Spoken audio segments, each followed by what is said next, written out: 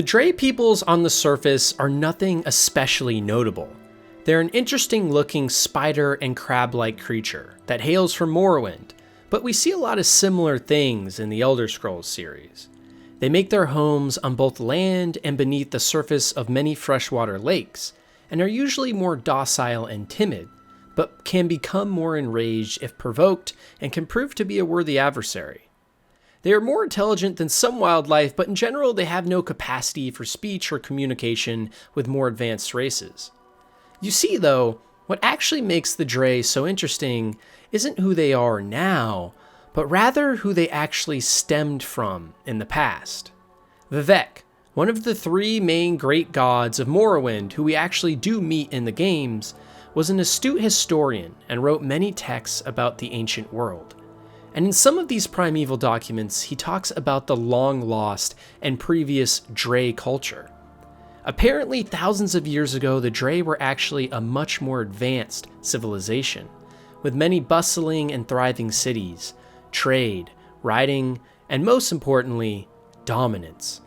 And not just dominance over the province of Morrowind, or even all of Tamriel for that matter, but rather, all of Nirn. By the way, for those of you that don't know what Nirn actually is, it's the name of the main planet that the series takes place on. It's part of a larger realm of existence called Mundus, which is encompassed not only by Nirn, but its two moons, Masser and Secundus, as well as the Divine Realm, shown here in black, which is home to other planets that house divine and sacred beings of great importance. Outside of that is the Red Zones, where Oblivion and the Daedric princes of more demonic presence live.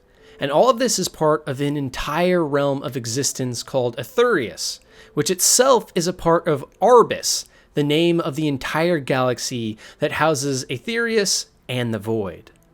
The games as we know them take place on Nirn, and more specifically, one of the four main continents called Tamriel. So the Dreugh ruled over not just Morrowind, and not just Tamriel, but literally, if Vivec's writings are to be believed, all of this.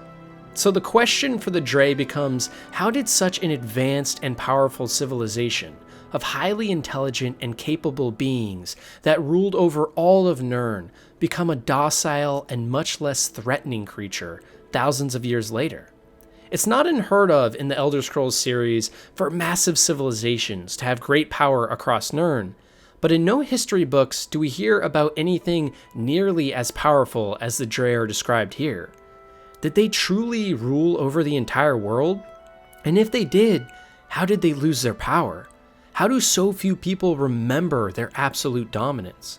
Shouldn't there be more stories, more ruins, and more remnants of a great civilization long past scattered throughout all of Tamriel and Nirn, like we see with the Dwemer? This mystery spawns more questions than it answers, and it makes us even wonder about the validity of Vivec himself, along with some other small references to ancient Dreugh in other books.